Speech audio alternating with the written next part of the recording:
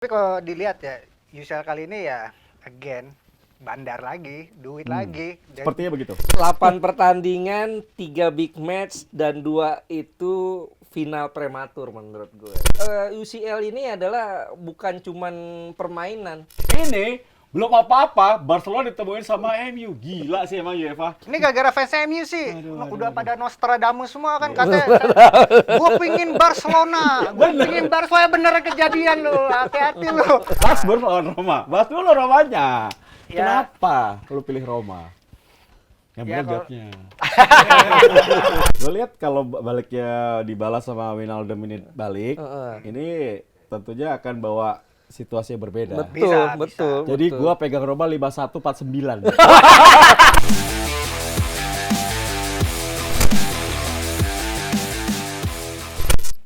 Di atas kertas semuanya indah, di atas kertas semuanya sempurna. Meskipun dalam kenyataannya, dalam hidup tidak sesuai dengan ekspektasi kita. Tinggal bagaimana kita menyikapinya. Seperti menyikapi kalah terus lawan sebuah tim, tapi ketemu lagi. Nah, itu yang akan kita bahas. Bagaimana drawing dari UEFA Champions League sudah keluar. Kali ini di atas kertas akan hadir membahas UEL dan juga UCL. Wah, bersama dengan Ai dan Ais. Siap. Sehat bro? Warna-warni gue demen banget. Jadi anak hip hop dulu. Asik. Iya dong. Berwarna ya? Iya, berwarna. seperti drawing ya. Asik. Oke, kita lihat drawing yang terjadi adalah Leipzig bertemu dengan Manchester City. Kemudian ada Frankfurt menghadapi Napoli, Brugge menghadapi Benfica, Dortmund menghadapi Chelsea, Liverpool menghadapi Real Madrid. Nah ini dia yang gue bilang. Udah 3 kali ketemu, kalah mulu, masih mau ketemu juga gitu kan. Udah 14 kali nih, 14 kali Madrid. Inter menghadapi Porto, AC Milan menghadapi Tottenham, dan Munchen menghadapi PSG. Kalau gue bisa bilang ini mainannya UEFA ya. Ini duit. Sengaja diketemuin Sengaja. biar naik rating. Iya, Habis Piala rating Dunia naik, iya. orang nonton ini semua. Iya. Lu gimana liatnya? Ya kalau menurut gua sih emang ini duit Lu gak ada Arsenal kan? Nah itu tuh. Sebenarnya UCL tuh musim ini langsung ada Arsenal. Harus ada Arsenal biar seru. Iya. Gimana? Tapi kalau dilihat ya, UCL kali ini ya again bandar lagi, duit lagi. Sepertinya begitu. Ya karena coba dipikir aja, ronde awal udah Liverpool, Real Madrid, terus sama PSG, Bayern Munich. Jadi kan salah satu klub ini kan harus gugur gitu kan, sayang banget apalagi di ronde-ronde pertama gitu. Tapi ya so far ya drawingnya oke sih menurut gua sih. Kayak terutama kayak City dapat yang gampang lagi Ya. musim ini. Kalau City kalau nggak juara dipecat nih Pep. Nah iya Kalau makanya. berani ya, kalau berani pecat Pep gitu Iya kalau manajemennya. berani. Terus apalagi kayak klub Brugge juga, ini klub Brugge kejutan loh. Ini dia Ya. pertama kali masuk knockout phase. Yes. Dia apalagi di grup udah ngalahin kayak Atletico, Ya. Leverkusen, terus juga ngalahin Porto Ya. di kandangnya Porto. Jadi kejutan juga. AC Milan Spurs juga ini juga bakal seru juga, pertandingan seru. Terutama AC Milan juga terakhir kalau nggak salah lawan Spurs tuh 2000 berapa tuh ya? Menang Milan lah. Itu menang Spurs waktu itu. Nggak, kalau menurut Oh gua kali ini ya? iya. Ini menurut gue juga menang Milan Iya, sih. Kayak Dortmund Chelsea juga oke. Tapi ya drawingnya sebenarnya aman aja. Tapi cuma itu doang, 2 pertandingan itu doang. Itu ya berarti yang menjadi titik concern lu itu ya, dua pertandingan itu. Dua Ya? pertandingan itu aja. Itu Oke. untuk ronde awal langsung big match tuh kayak kenapa itu UEFA tuh? Iya, iya. Nah, buat lu seneng ya, Sportstar.id seneng banget nih. Banyak Iya pertandingan, wartawannya seneng banget. Ih, big match gitu. Gimana? Iya. 8 pertandingan, 3 big match, dan 2 itu final prematur menurut gue. Final prematur. Final prematur itu Real Madrid, Liverpool, PSG, Bayern Munchen. Kita lihat ya, Liverpool bertemu dengan Real Madrid ini bisa dikatakan ini kayak soulmate seakan-akan bisa jadi kutukan buat Liverpool karena kalau kita lihat Liverpool ini dalam beberapa musim terakhir udah 3 kali ketemu Real Madrid ya. Kalah terus. Dan Kalah semuanya kalah. Bukan hanya kalah itu aja, dia 6 pertandingan terakhir, 6 pertemuan terakhir bersama ketemu Real Madrid mereka nggak pernah menang. 5 kali kalah, 1 kali seri. Dan ini ulangan seperti final tahun lalu ya, musim lalu. Bagaimana mereka sebetulnya kalau dari ball position ini 50-50 saat itu, 50-50. Tapi peluang lebih banyak Liverpool musim lalu di final. 23 kali shot, 9 kali on target, kemudian sementara Real Madrid hanya 3 kali shoot, 1 yang on target tapi jadi gol. Iya, gol, Jadi ya. gol. Itu yang apeknya Liverpool Iya, musim lalu iya. seperti itu. Nah, musim ini Real Madrid bisa dikatakan masih bisa dibilang masih on track lah. Mereka ada di pacuan juara di La Liga meskipun sedang sedikit merosot ya, sedikit menurun, terakhir di La Liga kalah. Sementara Liverpool sebaliknya mereka bisa dikatakan musim ini jauh dari harapan. Jauh dari harapan. Tapi kalau di Premier League mereka bisa dikatakan jauh dari harapan, tapi tetap di UCL ini mereka ngamuk juga. Mereka punya DNA DNA Eropanya juga. masih Anfield, kuat, Anfield. betul. Artinya di 6 pertandingan di UCL ini di 6 match day itu mereka bisa dikatakan mulus lah ya. Mulus. Satu-satunya kekalahan lawan Napoli. Iya. Dan itu juga bisa dibalas di laga terakhir kan mereka menang lawan Napoli. Ini yang gue pikir jadi kesempatan juga buat Klopp ya. Apakah Jurgen Klopp ini bisa menghapus kutukan tim bernama Real Madrid? Karena sejak dia pegang Liverpool 2015 nggak pernah menang tuh lawan Real Madrid. Nanya gitu? Tentu tidak. Jawaban gua. Iya, terakhir yang bikin Real Madrid menang lawan yang bikin Liverpool menang lawan Real Madrid tuh Rafa Benitez. Iya. 2010 ya. 2010. 2010. Dan itu mereka juara. Enggak Itu nggak juara itu. Nggak juara. Produser gua bilang enggak. Nggak juara. Iya. Jadi tapi kalau menurut lu itu dari drawing Ya. dua pertandingan itu yang menurut lu jadi concern buat Ais? Iya, ini final prematur ya antara PSG Bayern Munchen, Liverpool, Real Madrid. Ya, kalau Milan Spurs ya ini big match juga sih, tapi untuk bisa dibilang final prematur ya enggak juga. Ya, oke. Kita bahas dulu deh yang Leipzig lawan City. Sejauh mana lo lihat Leipzig bisa menyulitkan City, nggak mengalahkan City, menyulitkan City. Ya mendingan Leipzig udah WO aja. WO aja udah lah ya. Jangan. Karena Anda udah ketemu sama pemain editan seperti Haaland. Haaland ya, terutama Aduh. bakal mengancam. Tapi gini, Leipzig bisa ngancam City juga, terutama dengan pemain depannya mereka yang seperti Christopher Nkunku sekali lagi on fire musim ini. Tuh. Timo Werner juga. Bekas Ah. Chelsea. Yuk Chelsea kan. Oh, pemain Bung Ais. Gagal di Chelsea. Sukses di di RB Leipzig, dan menurut gue RB Leipzig ini bisa mengancam City. Cuman City harus bisa men-stop terutama pemain namanya Nkunku, karena dia ini danger man banget buat pemain Leipzig. Karena kalau misalnya dia nggak dihentingin tuh, itu bisa golin dia. Apalagi dia musim ini dia udah total 16 gol seluruh kompetisi. Jadi Jangan bakal lupa lo backnya City bagus kalau mereka terus Ruben Dias main sama si Laporte main. Tapi ingat loh, waktu itu Nkunku pernah golin berapa kali lawan City di Champions League. Oke. Jadi itu Semoga bahaya. deh ya, semoga banyak ya. Ya, semoga. Jadi City-nya kalah. Ini jadi berita lagi nih. Iya, tapi tetap pasti diunggulkan City lewat dari cara permainannya, di mana mereka tetap memegang kendali possession ya. Mereka mempres lawannya juga, dan terutama dengan ada si pemain itu. Oke. Si Haaland ya tentu menurut gua sih bakal tetap dominan City untuk pertandingan ini. Presentasinya City lah ya. 70% lah. 70%, oke. Gede juga ya. Iya. Ya harus yakin, apalagi dia mau ke Qatar nonton Ekuador. Qatar Ekuador dia berangkat nanti. Harus yakin. Ya, Bro. Ya, kalau gue memang di atas kertas City bisa menang ya di sini ya, karena ya secara kualitas tim, kedalaman skuad juga mereka jauh lebih baik ketimbang RB Leipzig.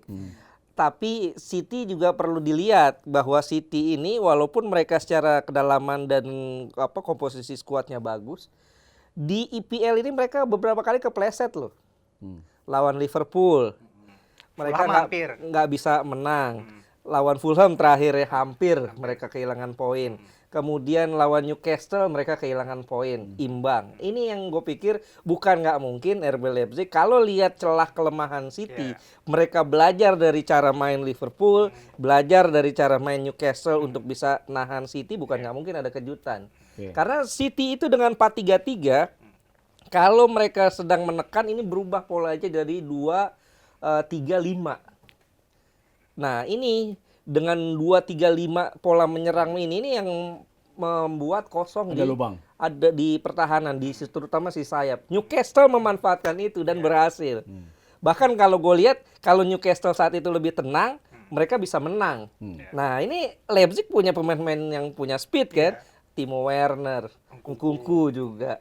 Artinya kalau City terlalu jumawa, bukan tidak menutup kemungkinan ada kejutan di sini. Kalau gue lebih lihat hal yang beda ya, gue lihat City sepertinya nggak terlalu fokus sama IPL musim ini, karena mereka kalau IPL gampang lah buat mereka. Sebenarnya kalau mereka mau ya. Karena ada Arsenal. Ya, nah, gajahnya belum turun aja itu. Nah, gue lebih lihat mereka akan fokus di sini, akan beda menurut gue. Iya, gue sepakat akan beda. Pasti mereka akan lebih fokus ke sini. Tapi ya inilah yang gue pikir Pep Guardiola ini filosofi sepak bolanya adalah menyerang. Iya. Tapi kita juga harus antisipasi bahwa sepak bola menyerang ini ada resikonya loh. Ya. Nah, kalau seandainya RB Leipzig pintar dan bisa memaksimalkan celah itu, bukan nggak mungkin ada kejutan. Walaupun begitu, gue tetap masih jagoin City sih. Iya. Oke, persentase? 60-40 lah. Oke, 60-40. Gue juga sepakat sama Ais, 60-40. Tapi 70-30 juga nggak salah. Nggak salah. Dia punya opini yang menurut gue emang di atas kertas City Iya. mudah. Oke, next match kita akan masuk ke Frankfurt menghadapi Napoli. Sebagai presenter di atas kertas, gue akan jagoin Napoli. Serie A nih ya. Serie A dong, lu gimana? Kalau menurut gue ini kayaknya bakal pertandingan yang cukup mudah lah buat Napoli. Mudah? Oh, mudah. menurut gua. Serius lo? Iya, serius. Oke. Karena Eintracht Frankfurt juga, ya mereka juga mantan juara Europa League kan musim lalu. Iya. Dan juga banyak perform dari pemainnya kayak Lindstrom juga. Tapi menurut gua kalau dilihat dari skuadnya dari Eintracht Frankfurt sama Napoli jauh beda. Apalagi Napoli sekarang di atas kertas di Serie A udah nomor 1. Ya. Terus dia baru pertama kali kalah lawan Liverpool kemarin. Setuju. Belum lagi kayak pemain performa kayak Kvaratskhelia. Ngeri. Wah, keren itu. Farad Sedona. Kvradona itu. Terus ada Osimhen, Lobotka, Ya. back yang datang dari Korea tuh Kim Min Jae juga. Kim Min Jae juga solid Ya. banget di pertahanan buat Napoli dan menurut gua Ya. Napoli bakal dominasi di pertandingan ini. Ngeri nih katanya ya. Ngeri. Lucuin aja lu. Gantian. Ya, oke, gue setuju sama dia bahwa secara materi bagus, tapi Frankfurt ini main as a team. Iya, Ya, betul. ya itu yang harus jadi pertimbangan buat Napoli. Tapi memang kalau kita lihat Napoli sekarang ya, emang ngeri sih. Ngeri. Mereka ini satu dari 2 tim di 5 liga top yang belum terkalahkan selain PSG, Iya, selain Iya. PSG. Dan Napoli juga bermain sebagai tim, itu juga loh yang Iya, patut kita perhitungkan. Mereka bermain sebagai tim, walaupun mereka komposisinya bagus ya, Osimhen segala macam, tapi tetap kontribusi gol mereka itu tidak ada yang mencolok. Yes. Ini yang gue pikir Semuanya rata ya. semuanya Rata. rata. Dan juga Spalletti sepertinya sudah menemukan sentuhannya untuk tim ini. Ini sebenarnya cocok. Tapi ya kita belum tahu ya. Nanti ini kan UCL 16 besarnya bermain setelah Februari. Piala Dunia. Ya. Kita nggak tahu nanti Iya. apakah ada pemain-pemain Napoli yang mengalami cedera setelah Piala Dunia atau Iya. tidak. Kalau mereka masih dalam performa seperti sekarang nih yang mereka tunjukkan, bukan nggak mungkin. Gue yakin sih tetap Napoli yang lebih layak diunggulkan sih. Untuk pelatih Spalletti juga membawa satu dampak bagus ya. Betul, Ya. betul. Oke, ambil suara berapa persentase? Ini 70 saya, Pak. Oh, 70. Gila, 70-30 lo. Lu nggak lihat Frankfurt, emang nggak ada kipernya? Gila, 70-30 ya. Bukan kalau dilihat dari hasil Napoli Oke, ini oke. ngeri banget Oke, Napoli. berani banget ya, Ai. Berani. Oke. Lu? Ya gue sih inilah 5545. Gue sepakat lagi sama lu. 5545. Kenapa lu ngomong duluan sih? 5545. Kan lu nanya duluan. 5545 untuk Napoli, 5545. tapi Napoli lolos. Lolos. Sebagai wakil Itali. Demi Serie A di atas kertas ya. Oke, kalau di Brugge menghadapi Benfica, nggak usah banyak-banyak kita bahas. Lu berapa persentasenya gimana?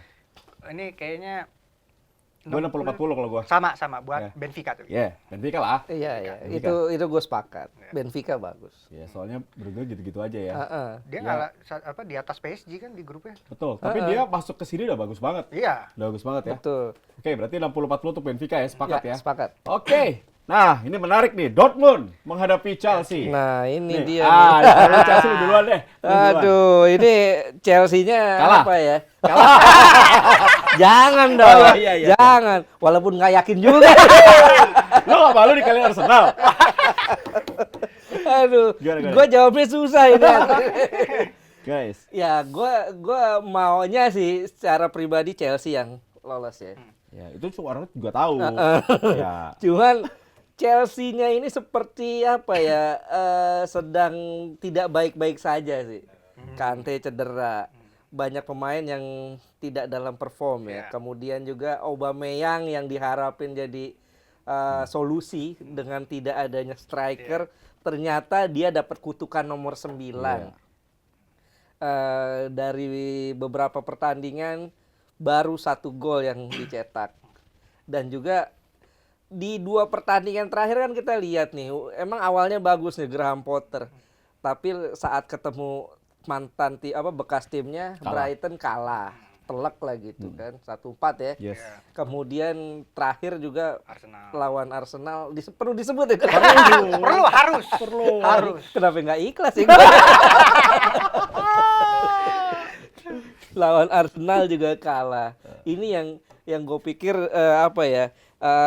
yang bikin Chelsea nggak meyakinkan nih untuk bisa bersaing di UCL musim ini. Tapi kalau nanti Februari Reece James sudah sembuh, terus Kante yang paling Kante udah utama sembuh, tuh Kante. itu kan beda cerita, Is. Akan beda cerita betul. Cuman masalahnya apakah mereka itu akan langsung ke performa terbaik kan itu belum tentu. Ya. Karena yang namanya orang cedera kan pasti ada proses tuh 1-2 bulan untuk ke performa terbaik. Dan juga kalau kita lihat dari data Dortmundnya ini di tangan Edin Terzic juga sedang bagus. Mereka ada di peringkat 4, hanya selisih 3 poin dari Bayern Munchen. Artinya perform mereka bagus dan beberapa pertandingan terakhir juga mereka kan unbeaten ya. Ini yang gue pikir bikin gue ragu ini Chelsea bisa ngatasin Dortmund sih. Tapi tipikal klub Jerman tuh emang gitu ya. Iya. Ketika ada fase knockout mereka jadi bagus banget. Bagus. Kayak Der Panzer kayak gitu. Bangsa Arya, Pak. Iya, Bangsa iya. Arya. Nah, Kalau menurut gue dari Chelsea kayak memang beberapa pertandingan kemarin nggak menunjukkan konsistensi ya dari permainan, terutama juga menurut gue sih Graham Potter juga baru masuk, apalagi juga masih beradaptasi dengan pemainnya dan juga belum mempunyai banyak pemain, terutama lagi kayak pemainnya cedera kayak N'Golo Kante. Terus kayak Reece James, menurut gue tuh Reece James penting banget untuk sistemnya Graham Potter gitu. Tapi menurut gue sih Chelsea ada kemungkinan bisa menang karena dengan balikin Kante dengan Reece James juga itu pasti kalau itu balik lagi kalau dia balik itu bisa nambahin kekuatannya buat Chelsea juga. Tapi Dortmund sendiri juga lagi kondisi yang juga bagus gitu dengan pemain bintangnya seperti Jude Bellingham. Menurut gua dia wonderkid banget buat pemain midfield, komplit gitu, bisa nyerang, bisa defend, apalagi dia umur kayak Sancho lah dulu. Wah, Sancho. Lo bener dong satu tim. Oh iya juga Iya. sih. Dan sama Haaland ya. Iya. Ya menurut gua sih apalagi untuk umur 19 tahun untuk bisa memegang ban kapten itu kan berarti menandakan dia tuh punya leadership gitu buat tim ini. Dan juga nggak boleh kayak ada pemain kayak Yusuf Mukaka juga. Yusuf Mukaka pemain muda tuh juga. Reus juga kemungkinan bisa berkontribusi juga. Dan menurut gua sih ini bakal imbang sih untuk secara permainan bakal imbang. Tapi menurut gua Chelsea dengan datangnya Reece James ntar dengan datang banyak pemain dari cedera itu kemungkinan akan naik sedikit lah. Atau ada pemain baru yang belum pernah tampil di Liga Champions didatangkan di Januari ya? Januari. Jadi lu berapa persen? 70 lagi lo? 55. Enggak ya, ada 55, 45. 55 Untuk Chelsea. Wah, ini gue demen, kayaknya udah berubah dari merah ke biru. Iya. Netral dia. Dia pengen lihat Inggris bagus. Lalu lo? Iya, kalau gue sepakat ya 55-45. Walaupun gue nggak terlalu yakin kalau mainnya sekarang ya gue lebih akan condong menang Dortmund secara fair. Tapi ini kan mainnya nanti nih Februari. Masih ada kemungkinan mereka beli pemain di Januari. Kemudian juga ada kemungkinan pemain-pemain cedera balik. Jadi gue masih tetap jagoin Chelsea meskipun kalau kita lihat Graham Potter kan ini pengalaman pertama di UCL. Di UCL di fase knockout ya. Artinya tapi tetap sih pemain-pemain mereka ini kapasitasnya masih lebih bagus ketimbang Dortmund. Jadi lo? 5545. Oke, gua tidak sepakat dengan kalian, gua pegang Dortmund. Gua Dortmund 5545 karena gue lihat as a team Dortmund lebih siap lah menghadapi Chelsea yang tadi kalian katakan ini Potter belum siap nih, pressure-nya tinggi. Belum pernah dia megang tim di Liga Champion nih. Beda. Ada lagunya apa Anthem itu lah deg-degan juga dia pasti kan. Ya, apalagi ya kecuali nanti Januari dia bisa Beli pemain. Beli pemain. tapi Terutama striker ya. Yes. Itu striker Perlu beli. Bambang Pamungkas. Hoki Caraka. Cara. Jadi gua 5545 untuk Dortmund. Oke, kita masuk ke Inter menghadapi Porto. Gimana Inter menghadapi Porto? Ini tricky banget nih. Wah, ini tricky sih. Iya. Apalagi Porto tuh sangat bagus di liga dan apalagi di UCL. Mourinho apalagi bagus dulu banget. Ah, itu zaman dulu itu. Itu zaman bahala itu ya. Zamannya Deco. Zaman Deco manis gitu kan. Benny McCarthy kan. Tua. Pelatih gue kalau budak orang anak gue. Pelatih gue. Ya, kalau gue. Terutama kalau dilihat di awal-awal pertandingan ya, kayak 2 pertandingan awal Porto Ya. dia kalah loh. Ya. Habis itu dia sapu bersih pertandingan, apalagi dengan ada striker dari Iran tuh Taremi, top skor dibuat mereka 5 gol 1 assist. Dan untuk kayak Inter Milan, ini kayak angin-anginan nih kayak ini tim nih. Kadang di atas, kadang di bawah, kadang di tengah. Kita nggak bisa memprediksi. Ada yang seneng guys, fans Roma. Ini nggak bisa diprediksi nih Iya, iya. Inter. Mau gimana cara permainnya. Dan menurut gue sih Porto bisa sih menang di pertandingan. Porto bisa. Yakin Serius lu? Kaget gue. Porto ngalahin Bisa Inter. Oke. dengan dia perform di liga. Memang itu di Liga Portugal gitu, dia di bawah Benfica. Tapi dilihat performa di Liga dia cuma kalah 2 kali. Terus di UCL dia juga comeback tuh, 2 game Ya, pertama ya. kalah, terus dia bisa memenangkan 4 game berikutnya. Dan juga ada si striker ini, si Taremi ini. Oke. Ini berbahaya dia. Gila, di Inter ada Zeko, ada Lukaku. Iya loh. Ngeri. Tapi nggak apa-apa. Ini opini berbeda nggak apa-apa. Tapi gue masuk akal sih. Porto mengejutkan emang. Selama ini oke. Ya kalau gue pikir sih memang Porto mengejutkan dan mereka di UCL juga grafiknya naik. Iya, Tapi naik, gue nggak sepakat kalau Porto lebih diunggulkan. Justru Inter ini memang mereka mengawali musim dengan kurang bagus ya. Ya. Tapi belakangan kan mereka ngebut nih. Ya. Barcelona mereka sikat. Kemudian di Serie A juga mereka performnya lagi naik. Kedalaman squad juga bagus. Di depan mereka punya Lukaku, punya Lautaro, punya Zeko juga di tengah juga Barella, segala macam pemain-pemain top ada di situ gitu loh. Dan grafiknya ini sepertinya Simone Inzaghi ini mulai bisa dikatakan kembali menemukan percaya dirinya gitu loh.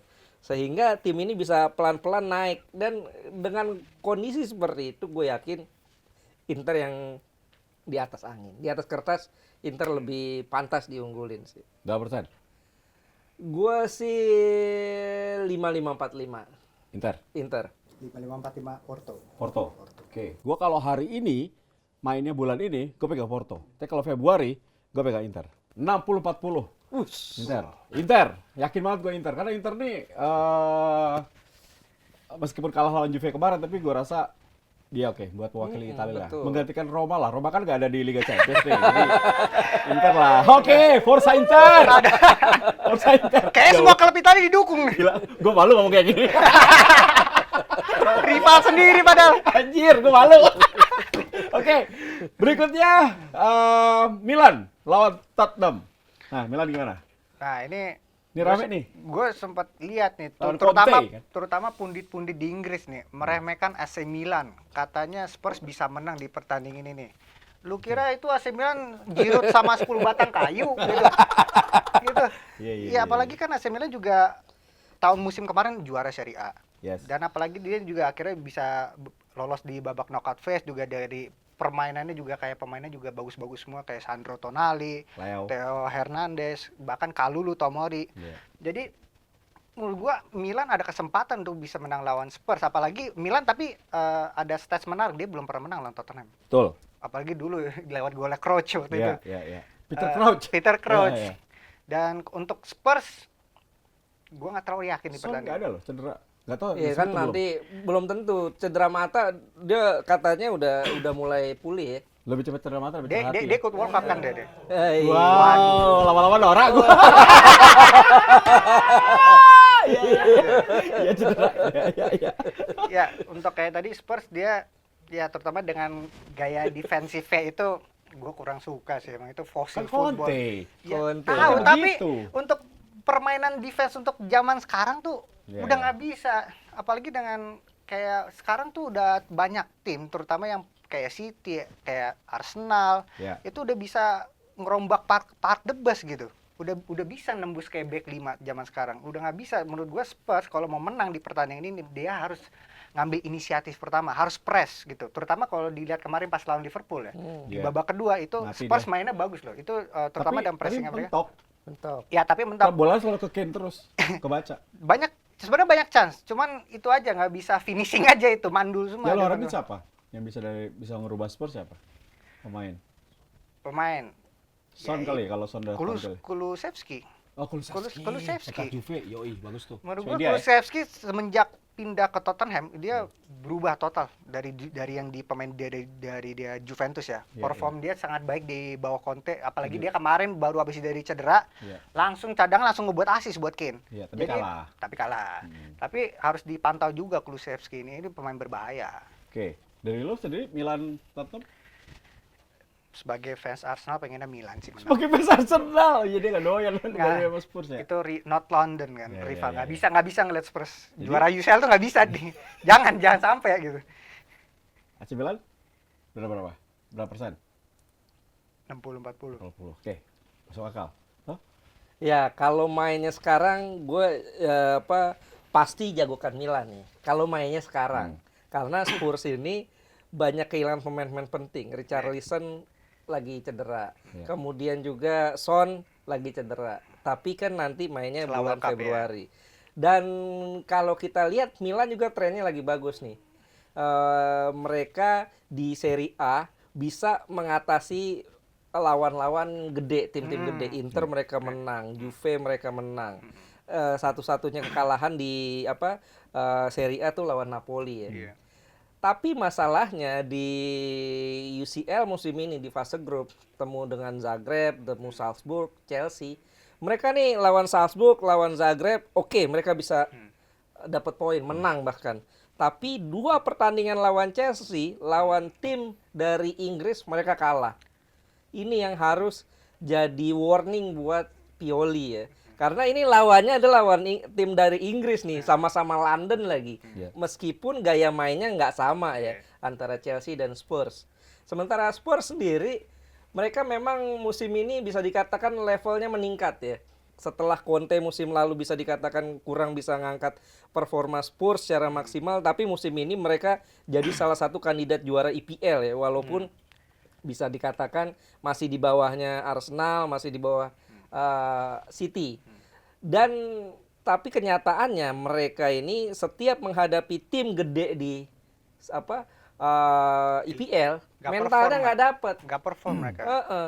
Lawan tim-tim gede, lawan Arsenal kalah 4 kali ya. Iya. 4 kali itu lawan tim gede, lawan Arsenal kalah, lawan City kalah, Lawan MU. lawan MU Gol kalah. kelas. Satu-satunya yang dapat poin cuman lawan Chelsea. Itu Itu pun pun hoki. seri. Iya. Hoki. Betul, betul. Iya, Gue iya. sepakat. Artinya ini yang bikin gue nggak terlalu yakin ya. Meskipun Iya. kalau media-media Eropa ya, terutama Inggris pasti jagoin Spurs. Pasti itu. Tapi kalau gue cenderung Milan akan lebih bisa melaju karena Setuju. secara UCL ini adalah bukan cuman permainan tapi juga bagaimana tradisi DNA Iya, juaranya nah. di UCL ini beda. 7 kali. Betul. Milan gue pikir yang akan lebih bisa melaju ke fase berikutnya. Setuju. Dengan sangat yakin.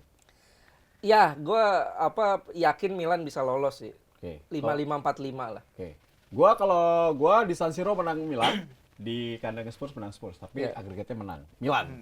Jadi Milan lolos. Jadi Betul. Forza Milan. Pokoknya ini Itali deh. Nah, gue Itali ini pokoknya kan. Dan bener kata Ais, memang Milan punya pengalaman bagus kalau Iya. main di. Betul. Ini mereka udah kembali lagi ke Liga Champions, bahaya ini Milan. Bahaya. Iya, bahaya. Oke, Munchen Paris Saint-Germain. Wah, ini Ini. prematur lu bilang tadi ya. Ya. Is, gimana Is? Ya, Munchen, ini Paris Saint-Germain. Munchen PSG dulu ya kita bahas. Dari musim lalu sejak masih ditanganin Pochettino sampai sekarang Galtier, mereka 30 pertandingan semua kompetisi nggak pernah kalah. Yaitu Liga Pecel Lele. Lawannya Loh. gampang. Loh, enggak, ini termasuk semua pertandingan loh, Oh, semua semua pertandingan. Oh, kompetisi. Dan musim ini di tangan Galtier Celele anjir. Celele. Iya, iya. pecel ayam maksudnya. Liga petani ini pecel lele. Itu Liga Pecel Lele itu nggak ada kompetisi itu. Dan Gua musim pernah siaran ini itu, woy.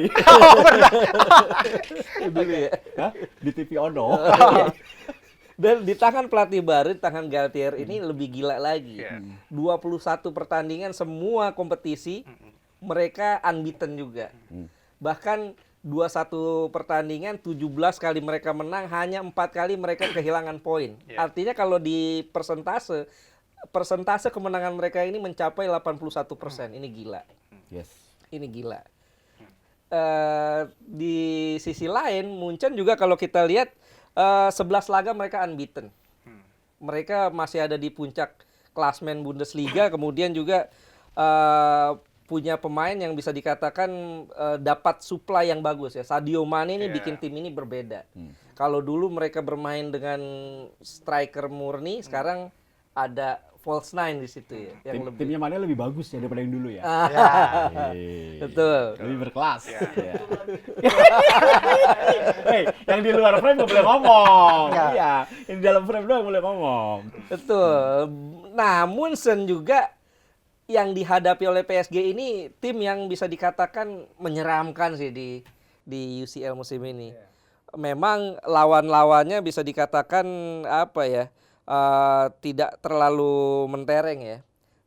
6 pertandingan dilahap semua mereka Di dengan grup. kemenangan di grup ya, di fase grup. Dan rata-rata golnya tuh gila loh. 6 pertandingan mereka 18 gol, hanya 2 kali kebobolan.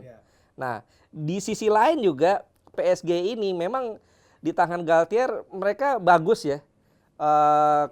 Secara keseimbangan tim lebih bagus ketimbang saat di era Pochettino musim lalu. Di liga juga liga petani itu ya. Gak pecel lele. Liga Pecel Lele. Liga Pecel Lele itu mereka hanya 9 kali kebobolan. Artinya keseimbangannya bagus, dan juga trio Messi, Mbappe dan Neymar. juga Neymar ini top chair. Mbappe 18, Neymar 15 gol, Messi 12 gol. Tapi masalahnya PSG ini nggak punya DNA Liga Champions. Iya, nggak Nggak pernah punya ini. DNA Liga Champions. 3 musim beruntun mereka itu selalu dikalahin oleh tim-tim gede. Iya. Iya kan? Ya. Musim lalu mereka dikalahin Madrid, menang di kandang sendiri 1-0, di comeback oleh Madrid di Bernabeu 1-3 kan. Kemudian musim sebelumnya di semifinal mereka dikalahin City. Bahkan home away ya kalau nggak salah tuh mereka dikalahin. Iya. Musim sebelumnya lagi Munchen yang Munchen, ngalahin ya. mereka Ya. di final. Tapi faktor Messi mungkin akan merubah. Musim lalu kan Messi udah ada juga. Karena masalah faktor Messi ini menjadi jualan mereka untuk mereka menjadi juara. Iya. Tapi masalahnya adalah apakah dia dengan Mbappe ini baik-baik saja atau tidak? Ini kan menjadi menarik kan tiga orang ini depan. Betul, ya gue melihatnya gini loh. Messi, Mbappe, Neymar ini memang mereka secara kualitas individu bagus. Tapi kita nggak bisa bandingin Messi, Neymar, Mbappe ini dengan Messi, Neymar, Suarez. Beda. Ya Suarez kan ke Bali United, masa Messi ke Bali United? Gosipnya begitu loh. Oh, isi begitu. Artinya chemistry-nya nggak Suarez. dapet, Iya, chemistry-nya nggak dapet. Mereka bermain secara profesional iya, tapi secara chemistry kadang-kadang mereka kalau buntu ya udah gitu loh. Jadi lu tetap jagoin Munchen lah, Munchen ya? Munchen. Tipis. Munchen 55-45 lah. Ya, kalau sampai PSG gagal, Messi sama Neymar ikut ke Bali United. Ikut Luis Suarez. Jadi Trisulanya ngeri ya. Juara Liga Indonesia tapi ditunda liganya. Kayak gitu. Kalau menurut gua ya PSG ya nggak usah diprediksi, udah pasti juara Ligue 1 lah. Itu kan udah dibilang Liga Pecel Lele lah Iya. itu. Dia mendominasi, sapu bersih semua pemainnya. Tapi yang menarik bahwa gue lebih suka gaya mainnya di bawah Galtier ketimbang Pochettino gitu. Bagaimana mereka bisa mengontrol permainan, tidak juga selalu mengandalkan kayak seperti Neymar, Messi, Individu, Mbappe. kayak individu. Nggak individu banget. karena itu disuplai dengan dari pemain tengahnya juga, kayak sekarang Vitinha juga menurut gue juga menunjukkan performanya. Verratti apalagi, Hakimi juga makin gacor juga. Ya. Dan tim ini juga menurut gua ya itu tadi balik lagi nggak terlalu mengandalkan individual juga. Jadi bakal lebih berbahaya gitu buat Bayern Munich gitu. Tapi tetap ini Bayern Munich gitu yang punya mental UCL gitu. Beda sama PSG yang dimana PSG belum pernah juara. Apalagi Bayern Munich juga ada pemain kayak seperti Jamal Musiala. Ya, juga bagus banget lagi naik daun lah. Lagi naik daun, dan juga yang menarik Choupo-Moting lah. Choupo-Moting sekarang kalau nggak salah udah 10 gol. Dia jadi striker dulu cadangan mulu pernah ya? Iya, cadangan mulu udah. Dia kemarin main di Stoke City, terus di PSG, sekarang di Bayern Munich bersinar musim ini ya, terutama musim ini. Jadi nggak boleh diremehin juga nih Bayern Munich. Ada Joshua Kimmich juga masih ada. Jadi menurut gua gara-gara Bayern Munich punya hasil yang cukup baik di UCL kali ini ya, UCL kemarin-kemarin, gue sih jagoinnya Bayern Munich kali ini. Sama. Ya. Munchen ya. Munchen. Ya. Bayern Munchen. Mau 5-5, 4-5 atau 60-40 tetap Munchen ya. Munchen. Meskipun ini akan menjadi pertandingan enak dinikmati. Ya, Main away ya. Pasti. Deg-degan ya, pastinya. Alright. Terakhir di Liga Champions kita akan melihat calon juara ke-15 Real Madrid akan kembali menghadapi Liverpool. Bagaimana? Ya, ini apa ya, final UCL musim lalu ya, seperti yang tadi kita bahas. Dan Real Madrid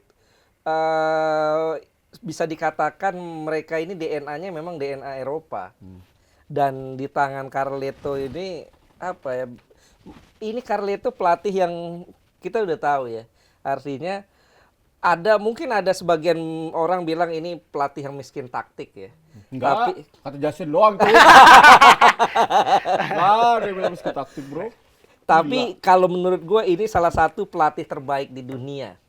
Karena ya trofi UCL yang jadi buktinya ya. Bersama Real Madrid aja 2 kali. Belum sama tim lain ya. Artinya di tangan Carlo Ancelotti ini, dia bisa memaksimalkan seluruh pemainnya. Orang bilang dia terlalu bergantung pada Benzema, kenyataannya enggak. Ada Vinicius, ada Rodrigo. Bahkan Rodrigo sekarang dipanggil timnas Brazil ya. Belum lagi orang tua di tengah nih. Iya. Modric, kemudian Toni Kroos. Casemiro nggak ada Fede Valverde. Gila itu. Tchouaméni juga. Nah, ini yang gue pikir menjadi salah satu nilai plus buat Real Madrid untuk bisa kembali mengangkangi Liverpool. Iya. Wih, ngilu bro. Mengangkangi. Iya, malam Jumat itu. Gara-gara. Jadi menang berapa persen? Real Madrid belum boleh lo ketawa kan belum merit lo. Iya. Belum paham dia. Paham. Kalau nggak pura-pura nggak paham.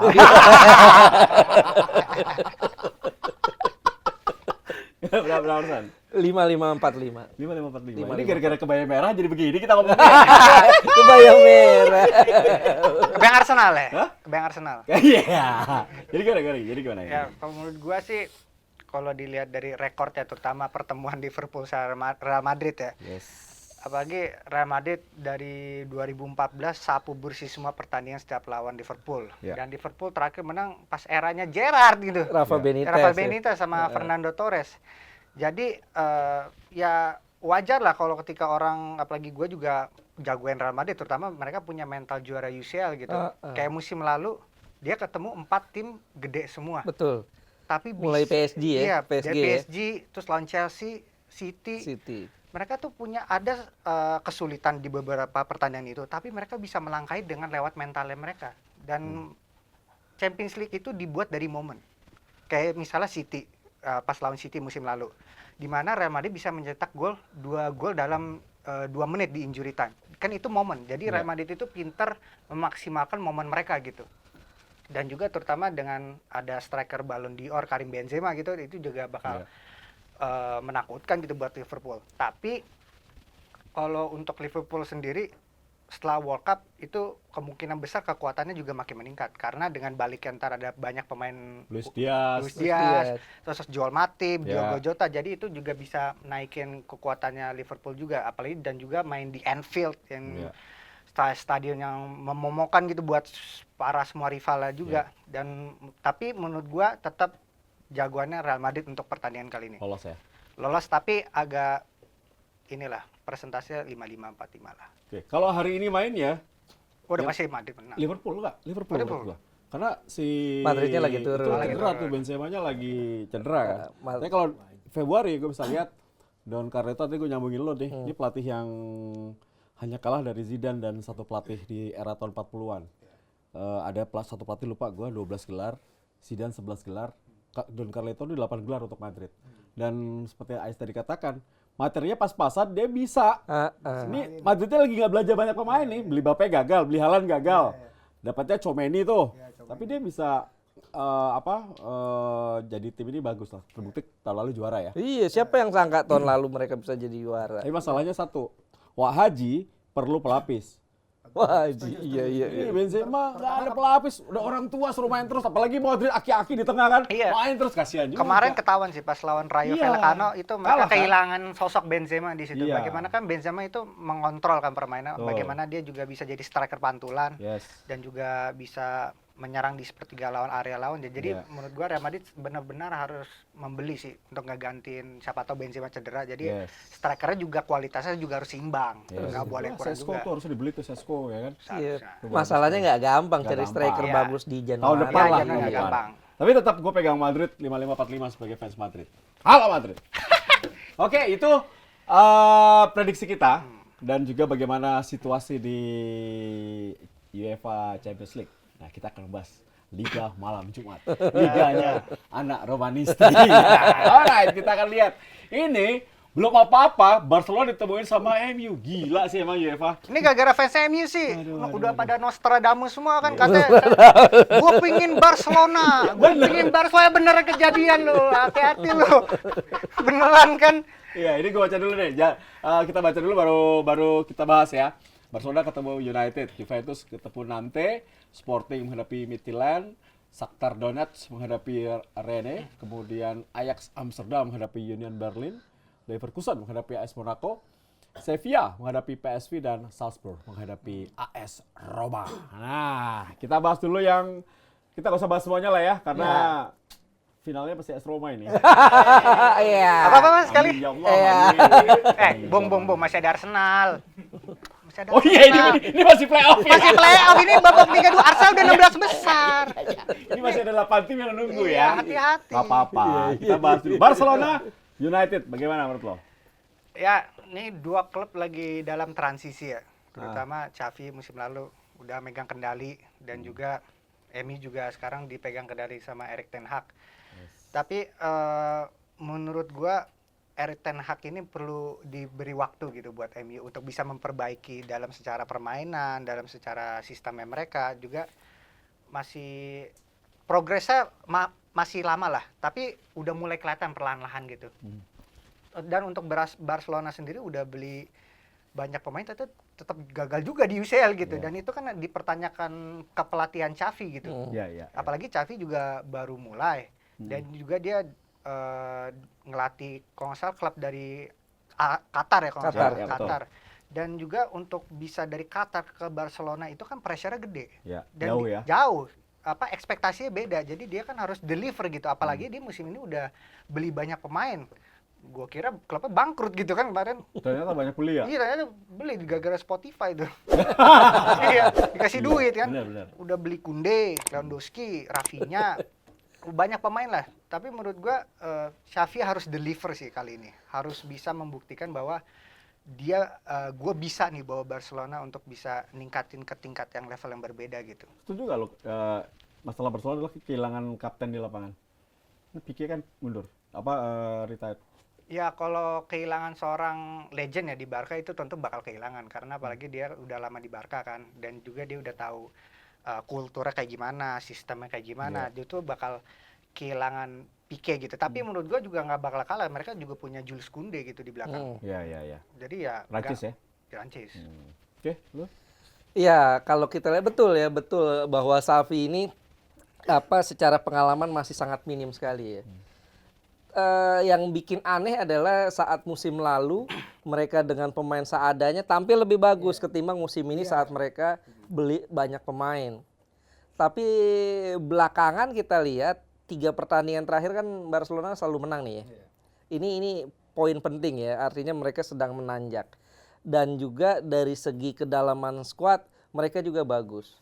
Dengan masuknya Lewandowski di depan ini bikin mereka ada seorang target man, bikin ada sosok yang bikin gedar-gedar pertahanan lawan ya. Dan sementara MU ini masih inkonsisten, gue pikir. Memang mereka sempat tidak terkalahkan 9 laga terakhir di semua kompetisi, tapi kemarin kan kalah lagi tuh lawan Aston Villa ya. Telak lagi 1-3. Ini menegaskan bahwa MU di tangan Ten Hag ini masih belum betul-betul dapat gitu loh. Belum betul-betul mendapatkan apa yang mereka harapkan. Dan juga dari segi head to head juga kalau kita lihat 6 pertandingan 6 pertemuan antara Barca MU, Barca ini cenderung menang.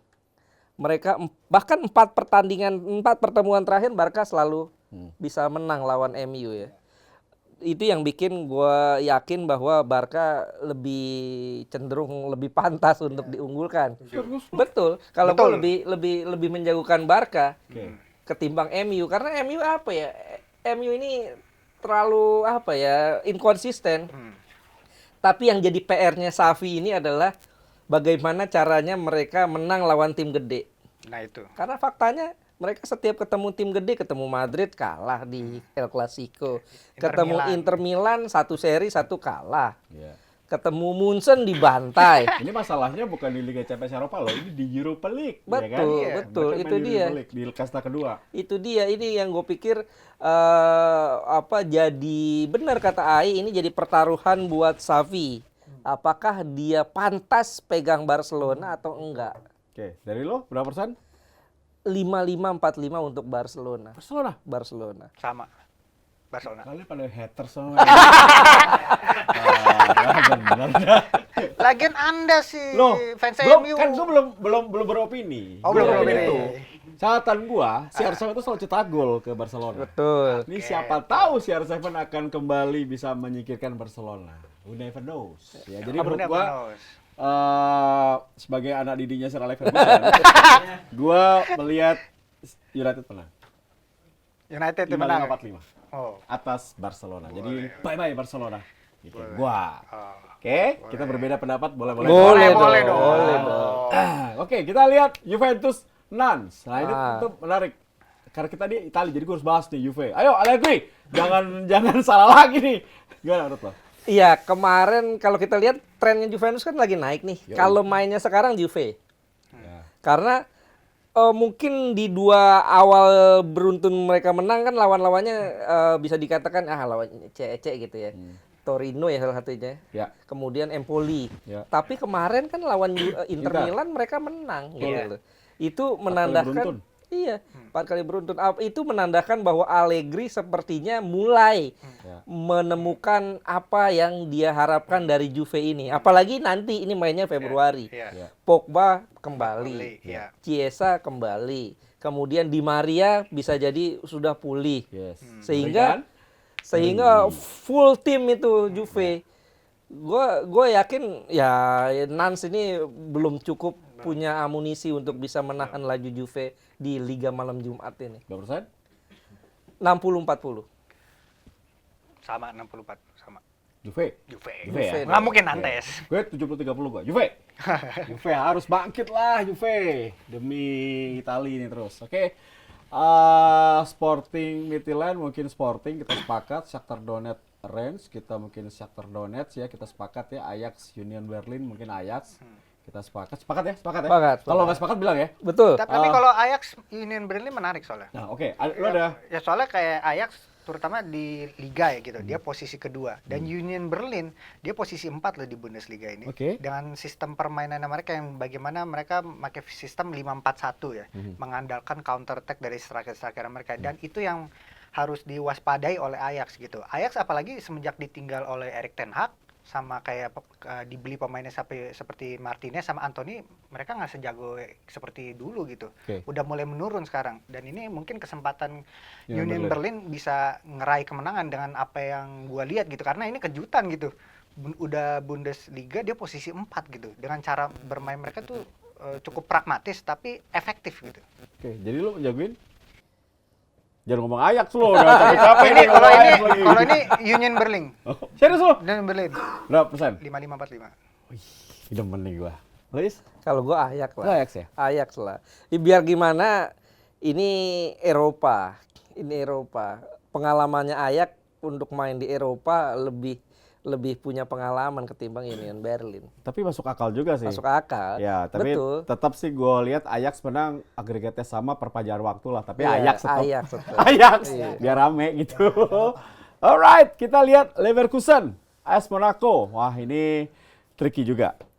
Berapa persen lu lihat? Gue 5545 untuk Leverkusen. Jerman, Pak. Ya, sama. Jerman. Gue Jerman 5545. Ini lolos biar Leverkusen.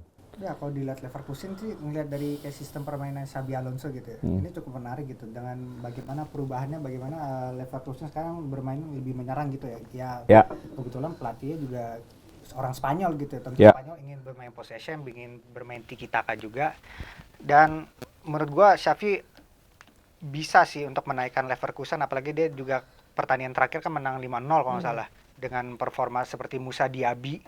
Itu Ya. Musa Diaby itu kalau tetap konsisten tuh bisa dibeli loh musim depan di summer sama klub-klub gede. Dan menurut gua sih Leverkusen sih untuk Leverkusen ya. pertandingan ini. Tapi nggak jauh lah, ini tipis nih. Tipis 5545 5545 ya. Iya, Oke, kita sepakat Leverkusen ya, jadi Jerman.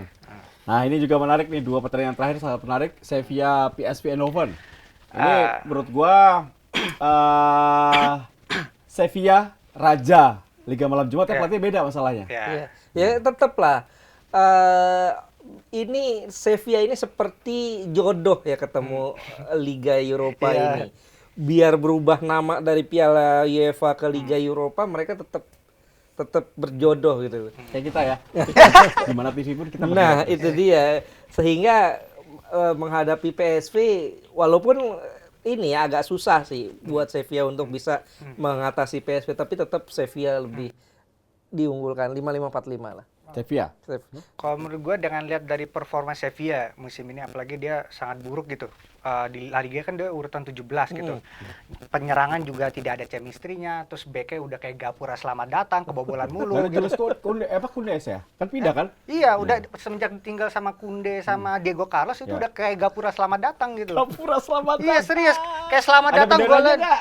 Ada Bukir itu 17. di atas tuh.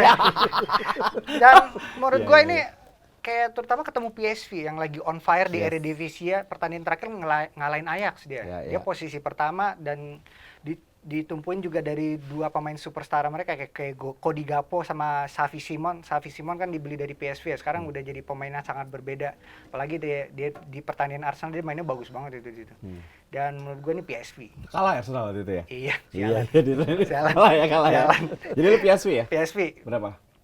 5545. 45, oke. Gue juga PSV. 60, 40. Wah. Gue PSV yakin gue. Ini wakil Belanda yang nggak pernah diganggu oleh transfer soalnya. Betul. PSV. Kalau Ajax diganggu mulu. Iya, ya kan? dibeli mulu. Iya, Kan kasihan gitu. butuh duit dia. Bekas di Tanah Abang soalnya dulu yang punya. Jual beli. Iya. Setelah Jumatan jual beli itu wajib soalnya kan. Iya. Ya, itu. Jadi jual terus. Pokoknya tiap hari Jumat jual aja. Oke, Wah, ini harus lama nih. Ini gue kasih waktu terakhir. Aduh, ya. Roma. Tolong teman-teman ya. Tolong. Ini dibahasnya harus Ini penting ya. Emang begitu penting penting lah ya? bro, penting nih. Ini Penting. Roma lah Ya, menang. Salzburg lawan Roma. Bahas dulu Romanya. Ya. Kenapa lu pilih Roma? Yang Ya, benar kalau- jawabnya. tapi gini, kalau Roma terutama kan dia kan kehilangan kayak seorang Dybala gitu ya. Tapi nanti main. Nah, kan Kapan akhirnya main bulan lagi ya? Februari. Kalau nggak main kalah Roma. Karena dia pemain penting gitu. Yes. Terutama dengan sistem permainan dia kan 4-2-3-1 di mana Yes. dia sebagai pemain attacking midfield ya. Kalau misalnya Roma kehilangan dia tuh sangat bakal Ngaruh. pasti ngaruh banget gitu. Terutama lawan Salzburg. Udah untuk lawan Salzburg Roma lah. Pasti Yakin lo? Roma. Gua aja Romanis tadi. Masa gak yakin? Iya. Masa? Gua nggak yakin. Soalnya ini nomor 1 di Austria loh. Ya, elah. Iya, betul. Austria. Bener. Austria, ya Roma bukan ya elah. Gila lo. Austria Panas nggak dingin nih. nggak liga pecel lele juga. Sama. Sama. Sama. Lu pilih Roma tetap. Roma tetap sih. Oh, Karena Jose Mourinho ini mental Eropa. Karena dia udah pernah juara Champions League, Europa League, bahkan Conference League disikat semua sama dia. Disikat semua. Dia ini clutch, manajer clutch terutama di cup game gitu. Jadi jangan diragukan kualitas Mourinho. Perpanjang kontraknya. Perpanjang kontraknya ya. Perpanjang kontraknya. Seneng dia. Iya, lu gimana? Ya, Salzburg memang sejak datangnya perusahaan ini ya, apa Red namanya? Bull. Red Bull. Red Bull ya. Ya boleh gue sebut ya Red Gak Bull apa-apa, ya. gak apa-apa. Nanti kita dapat iklan dari Red Bull. Memang meningkat ya. Sejak masuknya Red Bull mereka meningkat tuh. Iya. Artinya kalau dulu Austria Vienna Betul. yang berjaya, sekarang mereka Red Bull Salzburg jadi bagus. Tapi ya untuk level Eropa masih jauh lah. Jauh. Jauh. Karena di kemarin aja waktu di fase grup Liga Champions kan mereka nggak berdaya. Lawan Zagreb ya boleh lah mereka menang. Tapi lawan Chelsea, Milan. lawan Milan mereka nggak bisa apa-apa gitu loh. Apalagi sekarang lawannya Roma. Roma juga memang sedang angin-anginan karena tidak ada seorang Dybala. Iya. Nah, sementara nanti mainnya ini bulan Februari, Iya. Dybala kemungkinan sudah bisa main, sudah Wijnaldum pulih. bisa main, Wijnaldum. Wijnaldum bisa main, dan ini bikin dan ada waktu buat Mourinho untuk membuild up Iya. lagi tim ini. Gue yakin juga Tammy Abraham bakal kembali gacor lagi nanti di bulan Februari gitu setelah libur panjang ya di usai Piala Dunia. Nah, ini dia di atas kertas secara kedalaman skuad, secara kualitas pemain Roma lah. Jauh lah. Jauh. Manajernya udah Mourinho, udah jauh. Iya. Perpanjang. Semua yang perpanjang. Iya, levelnya beda lah. Mourinho dia udah dapet semua kan? Ya udah semua dia. Piala UEFA udah dapet, Liga Champions sudah Conference Inter. League. Betul. Conference League juga udah dapet. Artinya untuk trofi Eropa ini Mourinho bisa dikatakan jagonya, salah satu jagonya. Gue deg-degan kalian ngomong begini nih. Iya, takut jatuh gue langsung gitu. Ya, untuk menang lawan Salzburg sih. Salzburg doang ya? Kan Salzburg doang. Iya. Berapa persen lo lihat? 60-40. 40 ya? 5545 lah. 55 ya? Iya. Gue lihat kalau baliknya dibalas sama Wijnaldum ini balik, ini tentunya akan bawa situasi yang berbeda. Betul, Bisa, betul. Jadi betul. gue pegang Roma 51-49. nanggung amat. Tangguh amat. 5149. Itu Gue menang. aja gak yakin. Itu menangnya udah perpanjangan waktu, adu penalti, semuanya nendang tuh. Pokoknya menang Roma tapi 51-49. Jadi bener-bener tipis banget. Karena apa? Karena gue lihat kalau lawannya tim yang di bawahnya Roma tuh tambah Suka biasanya- angin-anginan memang. Iya, gitu. Ya semoga aja salah gue ya. Tapi gue mau wakili Romanisti, jadi kita harus tetap kalem. Kalem ya. 51-49. Iya, trust Mourinho udah. Terus Jangan Mourinho. pesini. Oke. Jadi dari pertandingan yang tadi kita bahas, dua Liga Eropa, kita nggak bahas Conference League Ya. karena memang nggak ada waktunya. Jadi kita bahas yang level 2 aja. Ya. Karena kan Roma udah pernah juara di level 3 kan. Jadi cukup lah gitu. Ya. Nanti next time kita bahas kalau sudah masuk Ya. babak sistem gugur ya. Ya. Lo lihat pertandingan mana yang harus ditonton oleh pemirsa Tes Flow TV? Iya paling nggak 3 pertandingan itulah. 4 ya kalau plus Europa League ya. Ya. Pertama Milan Spurs, kemudian PSG Bayern Munchen, Liverpool Real Madrid, dan Barcelona MU. Oke, itu 4 pertandingan harus ditonton. 4 pertandingan. Jadi kalaupun lagi meriang sakit tetap Harus tetap ya, nonton, ya. harus. Betul. Oke. Betul. Oh, Ya sama sih, 4 tadi. Tapi kalau gua pertama Barcelona MU. Ini Europa League dulu ya. Yes. Barcelona MU, terus kedua Ajax sama Union Berlin. Terus yang buat Champions League ya Liverpool, Real Madrid sama PSG Bayern ya udah Gitu ya? udah pastilah. Oke, kita akan lihat apakah hasil-hasilnya sesuai dengan prediksi kita. Kalau salah tolong dimaafkan karena prediksi itu adalah sebuah opini ya. Kita bukan Nostradamus. Betul. Nostradamus. Kalau gue mungkin sedikit berbeda sama kalian, gue tambah satu pertandingan Salzburg menghadapi Roma. Itu gue tonton. Lupa ya. Oke, terima kasih. Oke. Jangan lupa have fun ya. Ya, siap. Di Qatar. ya. Iya. Mantap. Walaupun nontonnya cuma Qatar Iya, ya. jangan lupa laporannya untuk Tes Plus TV. Oh iya dong. Ini sebelah gue berangkat kan nih? Insya Allah. Gue kagak. Kerja. Siap, thank you teman-teman. Sehat-sehat selalu ya. Ya. Siap. Dan final prematur kira-kira itulah ungkapan untuk melihat hasil drawing UEFA Champions League di mana Madrid versus Liverpool dan Paris Saint-Germain menghadapi Bayern Munchen serta drawing Europa League Barcelona menghadapi MU dan juga kita akan saksikan apakah hasil-hasil ini adalah seperti kata-kata dari kedua teman gua ini final prematur. Nah, tapi lebih prematur lagi melihat bagaimana pertandingan antara Salzburg menghadapi AS Roma. Ih, prematur dari sekarang nih gua. Serem banget ya. Oke, makasih ya. Sama-sama. Teman-teman. Siap. Kita kembali lagi di Tes 10 TV tentu dalam di atas kertas kita akan hadir lagi di kesempatan berikutnya. Tio Nugroho sign out. Bye.